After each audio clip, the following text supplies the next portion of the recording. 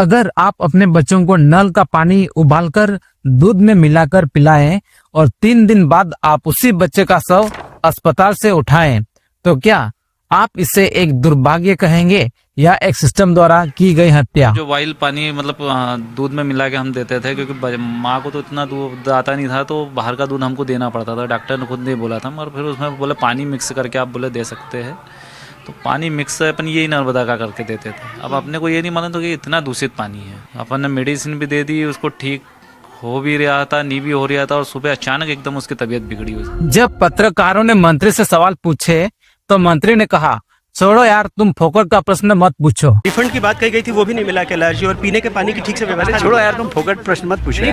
इसके बाद जब पत्रकार ने पूछा कि ये कोई फोकट का सवाल नहीं है, ये लोगों की जिंदगियों का सवाल है, तब मंत्री ने कहा, क्या घंटा होकर आए हो तुम? क्या घंटा हो गया है तुम? जनवरी 2026 में भारत के सबसे साफ कहे जाने वाले शहर इंदौर में यही हुआ। अगर भारत के सबसे साफ शहर का पानी जहरीला हो सकता है, तो आपके शहर का पानी कितना सुरक्षित है? यह वीडियो सिर्फ इंदौर की कहानी नहीं है, यह आपकी, मेरी एंड उस हर इंसान की कहानी है जो रोज नल का पानी पीता है और सिस्टम पर आंख बंद करके भरोसा करता है। आज हम बात करेंगे इंदौर के जल संकट की एक ऐसी ट्रेजेडी जो पूरे देश को जगा देगी। इंदौर को पिछले 8 सालों से भारत का सबसे साफ शहर कहा गया, अवार्ड मिले, तालियां बजी, सरकार को प्राउड भी हुआ, लेकिन आज हमें उसी सरकार ने सवाल पूछने पर मजबूर कर दिया है। क्या सफाई सिर्फ वही होती है जो कैमरे में दिखती है? दिसंबर 2025 के आखिरी हफ्ते में इंदौर के भागीरथपुरा इलाके में लोगों को वोमिटिंग और डायरिया होने लगा। एक हफ्ते में 23 लोग मर गए, जिनमें बच्चे और बुजुर्ग शामिल थे। ऑफिशियली ये नंबर 8 से 10 है, लेकिन फैमिलीज के अगर माने तो वो कहते हैं 23 से ज्यादा लोग मर गए और 1400 से ज्यादा लोग बीमार हुए, 200 से ज्यादा लोग हॉस्पिटल में एडमिटेड हैं और 32 लोग आईसीयू में हैं। 29 दिसंबर को पहली मौत हुई, फिर दूसरी, फिर तीसरी। 13 जनवरी 2026 तक सरकार ने आखिरकार स्वीकार किया कि 23 लोग मर चुके हैं। अब जरा सोचिए, 23 लोग मरे, सैकड़ों अस्पताल में भर्ती हुए, हजारों बीमार पड़े और फिर भी शुरुआत में इसे छोटी सी बीमारी कहा गया। क्या यह वाकई एक हादसा था या गवर्नमेंट की लापरवाही? और एक बात दिमाग में बैठा लो, ये कोई हादसा नहीं, ये पूरी तरह से अनदेखी की गई गवर्नमेंट की लापरवाही है।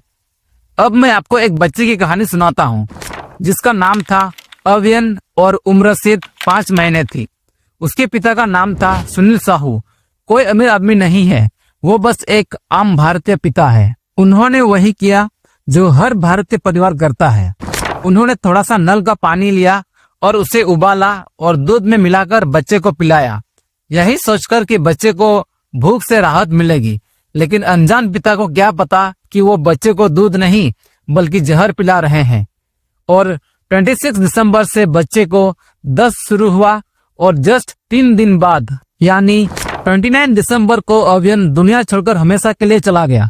अब जरा खुद से पूछें, क्या आप भी वही पानी नहीं पीते हैं जो बड़े बड़े टैंकों से सप्लाई की जाती है? इसमें से कई लोग कहेंगे कि उनके घर में तो बोरवेल है या तो कुआं है, लेकिन सवाल ये नहीं है कि हम कहाँ का पानी पीते हैं। सवाल ये है, हमारे जीवन जीने का अधिकार को छीना जा रहा है। अगर आज अवियन के साथ हुआ तो क्या पता कल ये हमारे साथ भी हो सकता है या आपके साथ भी हो सकता है। अब सवाल यह है, यह हुआ कैसे? यहाँ से यह कहानी और खतरनाक हो जाती है। भागीरथपुरा इलाके में एक पब्लिक टॉयलेट बनाया गया, लेकिन इस टॉयलेट में प्रॉपर सेप्टिक टैंक नहीं था। मानव मल मूत्र सीधे एक कच्चे गड्ढे में डाला जा रहा था और इसी गड्ढे के ठीक नीचे शुद्ध पानी की मुख्य पाइपलाइन गुजर रही थी। यह पाइपलाइन नर्मदा नदी से पानी लाती थी। पाइपलाइन पुरानी हो चुकी थी और उसमें जंग लगे हुए थी, जिसके कारण सीवेज लीक हुआ और ह्यूमन वेस्ट सीधे ड्रिंकिंग वाटर में मिक्स हो गया। जब पानी की जांच हुई तो लैब रिपोर्ट्स में ई कोली, फीकल कोलीफॉर्म, क्लेब्सिएला और कोलेरा फैलाने वाले बैक्टीरिया मिले और डॉक्टर ने साफ कहा, यह सिर्फ गंदा पानी नहीं बल्कि यह एक डेडली कॉकटेल था। एंड यह कोई एक्सीडेंट नहीं बल्कि यह एक इंजीनियरिंग फेलियर एंड गवर्नमेंट की लापरवाही है।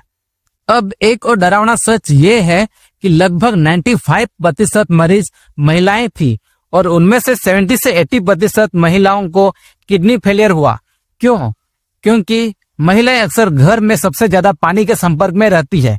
खाना बनाना, बर्तन धोना और बच्चों की देखभाल करना जैसे घर के काम ज्यादातर महिलाएं ही करती है। यह बीमारी नहीं थी, यह स्लो पॉइजनिंग थी। अब सबसे बड़ा सवाल, क्या सरकार को पहले से पता था? जवाब है हाँ। 2019 की CAG रिपोर्ट में साफ लिखा था, इंदौर 65 से 70% पानी लीक्स में खो देता है। 2800 से ज्यादा लीक्स कंप्लेंट्स थी, हजारों करोड़ रुपए मिले, लेकिन आधा पैसा भी खर्च नहीं हुआ। मतलब पैसा था, जानकारी थी, खतरा भी पता था, फिर भी कोई एक्शन क्यों नहीं लिया गया? यह लापरवाही तो है ही, साथ ही साथ संस्थागत अपराध है। जब पत्रकारों ने मंत्री से सवाल पूछे तो मंत्री ने कहा, छोड़ो यार, तुम फोकट का प्रश्न मत पूछो। बहुत सारे लोगों को अभी तक जो रिफंड की बात कही गई थी वो भी नहीं मिला कैलाश जी, और पीने के पानी की ठीक से व्यवस्था छोड़ो यार, तुम फोकट प्रश्न मत पूछो। इसके बाद जब पत्रकार ने पूछा कि ये कोई फोकट का सवाल नहीं है, ये लोगों की जिंदगियों का सवाल है, तब मंत्री ने कहा, क्या घंटा होकर आए हो तुम? क्या घंटा हो गया है तुम? यही सब लोगों के गुस्से की आवाज बन गया। लोग सड़कों पर निकले, घंटियां बजाई, लेकिन सजा किसे मिली? Junior engineers and lower officers को। बड़े लोग अब भी सुरक्षित हैं। अब सवाल यह है कि आगे क्या हम अगली मौत का इंतजार करेंगे या अब सवाल पूछेंगे? समाधान मौजूद है। पुरानी आयरन पाइपलाइंस हटानी होगी, सेप्टिक टैंक और सीवेज सिस्टम ठीक करना होगा, रेगुलर वाटर टेस्टिंग करनी होगी, रियल टाइम सेंसर्स लगाने होंगे और सबसे जरूरी, सवाल पूछना बंद नहीं करना होगा। इंदौर अकेला नहीं है। पिछले 12 महीनों में भारत के 26 शहरों में 5,500 लोग बीमार पड़े, 34 लोग मरे। अगर आज हम चुप रहे तो अगला नाम आपके शहर का होगा। क्लीन वाटर कोई एहसान नहीं है, यह जीने का अधिकार है। और अगर आप एक सच्चे इंसान हैं तो हिंदू मुस्लिम ना करके इंसानियत के नाते आप आवाज उठाइए, गवर्नमेंट से सवाल कीजिए, साइलेंट मत रहिए और जितना हो सके इस वीडियो को शेयर कीजिए, क्योंकि नल से निकलने वाला पानी जिंदगी होना चाहिए, मौत नहीं। यहाँ गलती किसी बच्चे की नहीं थी, गलती उस नल की भी नहीं थी, गलती उस सिस्टम की थी जिसने जहर को पानी कहकर परोस दिया। जब सवाल पूछे गए तो हंसी उड़ा दी गई, जब मौतें हुई तो फाइलें दबा दी गई। आज जो चुप है वो भी बराबर का गुनहगार है, क्योंकि कल जब नल से मौत निकलेगी तो नाम किसी और का नहीं, हमारा ही होगा। और इसी के साथ इस वीडियो का अंत, हम लोग मिलते हैं नेक्स्ट वीडियो में। तब तक के लिए thank you and thanks for watching.